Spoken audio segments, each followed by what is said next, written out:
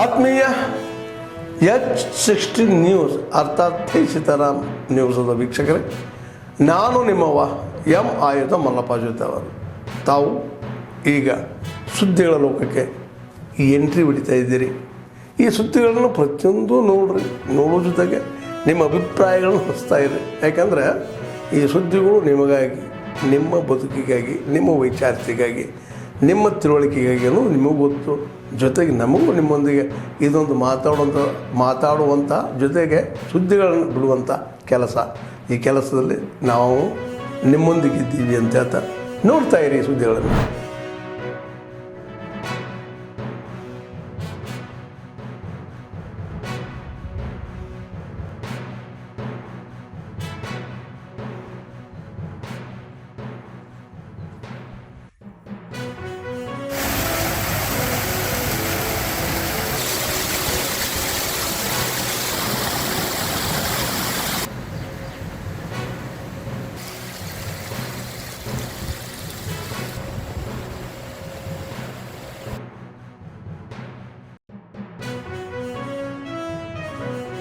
ಬಹುಗ್ರಾಮ ಯೋಜನೆ ಅಡಿಯಲ್ಲಿ ಏನು ಶುದ್ಧ ನೀರಿನ ವ್ಯವಸ್ಥೆ ಮಾಡಿಕೊಟ್ಟಿದ್ದಾರೆ ಕೇಂದ್ರ ಸರ್ಕಾರದಿಂದ, ಅದು ನಮಗೆಲ್ಲ ತುಂಬ ಅನುಕೂಲ ಆಗಿದೆ. ಅದರಿಂದ ಎಲ್ಲರಿಗೂ ತುಂಬ ನೀರಿನ ವ್ಯವಸ್ಥೆಗಾಗಲಿ ಇನ್ನೊಂದಾಗಲಿ ಅದಕ್ಕೆಲ್ಲ ತುಂಬ ಚೆನ್ನಾಗಿ ವ್ಯವಸ್ಥೆ ಮಾಡಿಕೊಟ್ಟಿದ್ದಾರೆ. ಅದಕ್ಕೋಸ್ಕರ ಕೇಂದ್ರ ಸರ್ಕಾರಕ್ಕೆ ನಮ್ಮೆಲ್ಲರ ಕಡೆಯಿಂದ ಧನ್ಯವಾದಗಳು. ಶುದ್ಧ ನೀರಿನ ಆಯೋಜನೆಯನ್ನು ಆಯೋಜಿಸಲಾಗಿದ್ದು, ಇದರಿಂದ ಶುದ್ಧವಾದ ಕುಡಿಯುವ ನೀರು ಸಿಗುತ್ತಿರುವುದರಿಂದ ಜನರಿಗೆ ಆರೋಗ್ಯದ ಸಮಸ್ಯೆ ಕಮ್ಮಿಯಾಗಿದೆ. ಯಾವುದೇ ಕಲುಷಿತ ನೀರು ಇಲ್ಲದೆ ಉಪಯುಕ್ತವಾಗಿ ಶುದ್ಧವಾದ ನೀರು ದೊರಕುತ್ತಿರುವುದರಿಂದ ಆರೋಗ್ಯದಲ್ಲಿ ಸುಧಾರಣೆಯನ್ನು ಕಾಣಬಹುದು. ಇದರಿಂದ ನಾನು ಕೇಂದ್ರ ಸರ್ಕಾರಕ್ಕೆ ಧನ್ಯವಾದವನ್ನು ಹೇಳಲು ಇಷ್ಟಪಡುತ್ತೇನೆ. ಬಹುಗ್ರಾಮ ಕುಡಿಯುವ ನೀರಿನ ಸರಬರಾಜು ಯೋಜನೆಯಲ್ಲಿ 4 MES ಪ್ರಾಜೆಕ್ಟ್ಗಳನ್ನು ಕೈಗೆತ್ತಿಕೊಂಡಿದ್ದೀವಿ. ಜೊತೆಗೆ ಪ್ರತಿಯೊಂದು ಪ್ರಾಜೆಕ್ಟ್ಗಳು ಪ್ರಗತಿಯಲ್ಲಿದೆ. ಈ ಬಹುಗ್ರಾಮ ಕುಡಿಯುವ ನೀರಿನ ಯೋಜನೆಯಲ್ಲಿ ಕಾಮಗಾರಿಗಳು ತುರ್ತಾಗಿ ಪೂರ್ಣಗೊಳಿಸಿ ಸುಮಾರು 4 ತಾಲೂಕುಗಳ ಅಂದರೆ ಕನಕಪುರ, ರಾಮನಗರ, ಮಾಗಡಿ ಮತ್ತು ಹಾರೋಹಳ್ಳಿ ತಾಲೂಕುಗಳ ಜನತೆಗೆ ಶುದ್ಧ ಕುಡಿಯುವ ನೀರನ್ನು ಒದಗಿಸಲಾಗುವುದು. ಇಂಪುಕುಮಾರಿ AS ಸಹಾಯಕ ಕಾರ್ಯಪಾಲಕ ಅಭಿಯಂತರರು, ಗ್ರಾಮೀಣ ಕುಡಿಯುವ ನೀರು ಮತ್ತು ನೈರ್ಮಲ್ಯ ಉಪವಿಭಾಗ ಕನಕಪುರ. ಕೇಂದ್ರ ಪುರಸ್ಕೃತ ಯೋಜನೆಯಡಿಯಲ್ಲಿ ಬಹುಗ್ರಾಮ ಕುಡಿಯುವ ನೀರಿನ ಯೋಜನೆಯಡಿಯಲ್ಲಿ ಕನಕಪುರ ತಾಲೂಕಿನ ಸಾತ್ನೂರಿನಲ್ಲಿ ಈಗಾಗಲೇ ಕಾರ್ಯನಿರ್ವಹಿಸಲಾಗುತ್ತಿದೆ. ಕೋಡಿಹಳ್ಳಿ ಮತ್ತು ಇತರೆ 298 ಗ್ರಾಮಗಳ ಬಹುಗ್ರಾಮ ಕುಡಿಯುವ ನೀರಿನ ಯೋಜನೆ ಪ್ರಗತಿಯಲ್ಲಿದ್ದು ಅಂತಿಮ ಹಂತದಲ್ಲಿದೆ. ಕೆಲವೇ ದಿನಗಳಲ್ಲಿ ಕಾರ್ಯಾರಂಭ ಮಾಡಲಾಗುವುದು. ಇದರಿಂದ ಸರಿಸುಮಾರು 1,75,000 ಜನರಿಗೆ ಶುದ್ಧ ನೀರು ಕುಡಿಯುವ ನೀರಿನ ಯೋಜನೆಯನ್ನು ದೊರಕಿಸಲಾಗುತ್ತದೆ.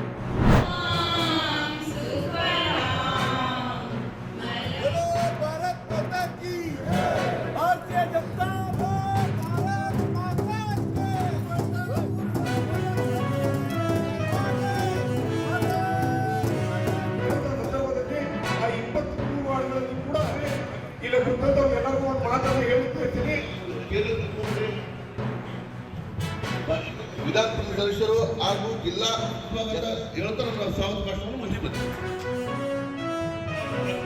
ಮಾಡಲಿಕ್ಕೆ ಅವರಿಗೆ ಸಂಪೂರ್ಣವಾದಂತ ಅಧಿಕಾರ ಇದೆ. ಈ ಹಿಂದನೂ ಸಹಿತ 1952ರಿಂದ 56ರಲ್ಲಿ, 1957ರಲ್ಲಿ, 1961ರಲ್ಲಿ, 65ರಲ್ಲಿ, 83, 84ರಲ್ಲಿ, 87, 89ರಲ್ಲಿ, 92ರಲ್ಲಿ,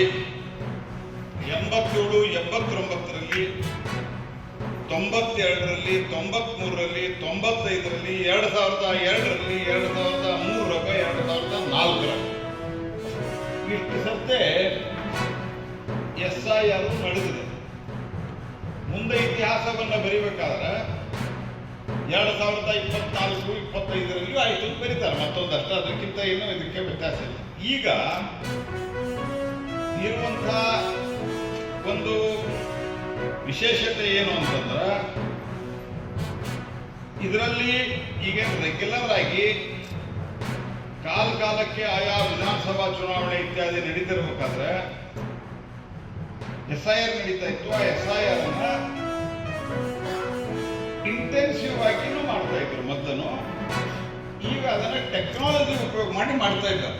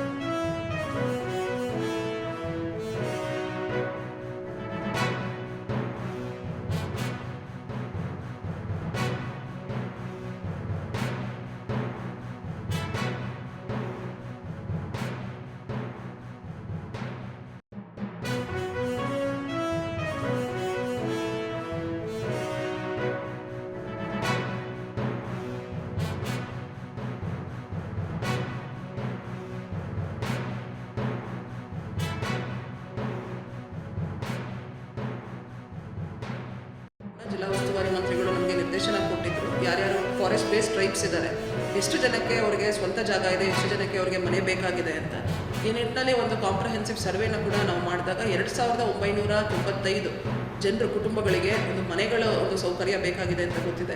ಅದರಲ್ಲಿ 282 ಜನಕ್ಕೆ ಜಾಗ ಇಲ್ಲ, ಮಿಕ್ಕಿದವ್ರಿಗೆಲ್ಲ ಸ್ವಂತ ಜಾಗ ಕೂಡ ಇರುವಂಥದ್ದಿದೆ. ವಿಶೇಷವಾಗಿ ಈ ಬಾರಿ ಮಲೆಮಹದೇಶ್ವರ ಕ್ಯಾಬಿನೆಟ್ ಆದಮೇಲೆ ರಾಜ್ಯ ಸರ್ಕಾರದಲ್ಲಿ ನೆಕ್ಸ್ಟ್ ಕ್ಯಾಬಿನೆಟ್ನಲ್ಲಿ ಈ ಒಂದು ಸುಮಾರು 3000 ಮನೆಗಳನ್ನ ಅಪ್ರೂವ್ ಮಾಡಿ ಕೊಟ್ಟಿದ್ದಾರೆ. ಇದು ಒಂದು ವಿಶೇಷ ಯೋಜನೆ. ಒಂದು ಉತ್ತಮವಾದ ಯೋಜನೆಯನ್ನು ಸರ್ಕಾರ ರೂಪಿಸಿದೆ. ಹಾಗಾಗಿ ನಾನು ಇಲಾಖೆಯ ಪರವಾಗಿ ನಮ್ಮ ಹಿರಿಯ ಅಧಿಕಾರಿಗಳಿಗೆ, ಎಲ್ಲ ಜಿಲ್ಲೆಯ ಎಲ್ಲ ಶಾಸಕರಿಗೆ, ಸಂಸದರಿಗೆ, ಸಚಿವರುಗಳಿಗೆ ಹಾಗೂ ಜಿಲ್ಲಾಡಳಿತಕ್ಕೆ ನಾನು ಅಭಿನಂದನೆಯನ್ನು ಸಲ್ಲಿಸ್ತೇನೆ. ಮತ್ತು ಈ ರೀತಿಯಾಗಿ ತಮ್ಮ ಅನೇಕ ವರ್ಷಗಳ ಹೋರಾಟದ ಪ್ರತಿಫಲದಿಂದ, ಮುಖಂಡರ ಹೋರಾಟದಿಂದ ಪ್ರತಿಫಲ ಈ ದಿನ ಅವರಿಗೆ ಸ್ಯಾಂಕ್ಷನ್ ಆಗ್ತಿದೆ. ಅವ್ರಿಗೂ ಕೂಡ ನಿರಂತರವಾಗಿ ಅವ್ರಿಗೆ ಬೇಕಾದಂತಹ ವಿವಿಧ ಬೇರೆ ಬೇರೆ ಯೋಜನೆಗಳನ್ನು ಪಡೆಯುವಲ್ಲಿ ಅವರು ಹೋರಾಟ ನಿರಂತರವಾಗಿರಲಿ ಅಂತ ನಾನು ಹೇಳಿಸ್ತೇನೆ.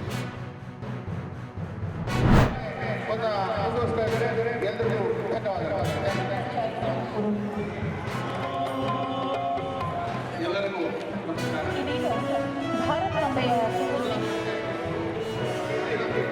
ಜಿಲ್ಲೆಯ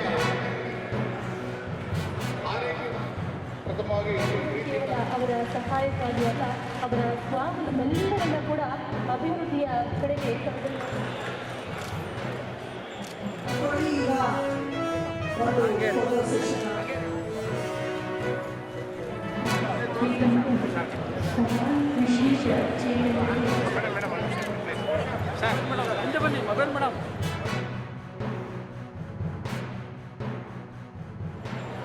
ಅಥವಾ ಬೇರೆ ಬೇರೆ ಕಾರಣಗಳಿಂದ ಅವರು ಶಾರೀರಿಕವಾಗಿ ಎಲ್ಲರಂತೆ ಜೀವನವನ್ನು ಮಾಡೋದಕ್ಕೆ ಸಾಧ್ಯ ಆಗೋದಿಲ್ಲ.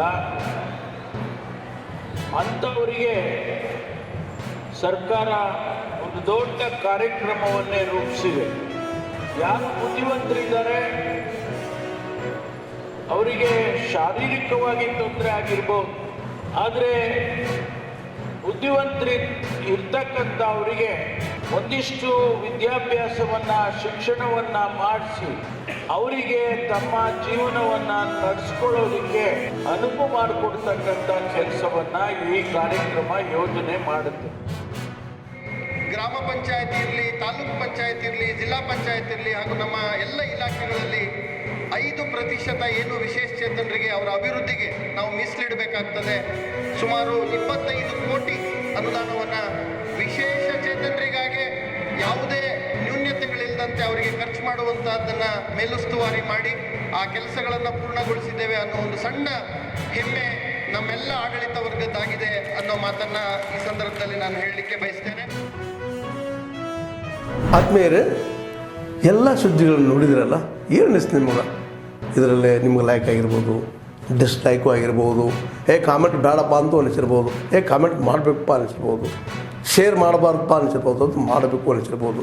ಏನಾದರೂ ಆಗಲಿ ಶೇರ್ ಮಾಡ್ತಾಯಿರಿ, ಈ ನ್ಯೂಸ್ಗಳನ್ನ ಹಂಚ್ತಾ ಇರಿ, ಜೊತೆಗೆ ಇದಕ್ಕೆ ಸಬ್ಸ್ಕ್ರೈಬ್ ಆಗ್ತಾಯಿರಿ ಅಂತ ಹೇಳ್ತಾ H60 ನ್ಯೂಸ್ ಅರ್ಥಾತ್ ಹೇ ಸೀತಾರಾಮ್, ಇದು ಸತ್ಯದ ಕೈಗೆ ನಡಿ. ವಂದನೆಗಳು.